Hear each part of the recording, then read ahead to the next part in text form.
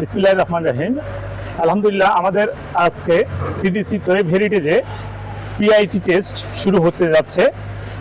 আমরা আসলে PIT test কেন করি, কি প্রয়োজন, এটা সম্বন্ধে আমাদের অভিজ্ঞ ইঞ্জিনিয়ার শামীম হাসান সাহেব এসেছেন ঢাকা থেকে।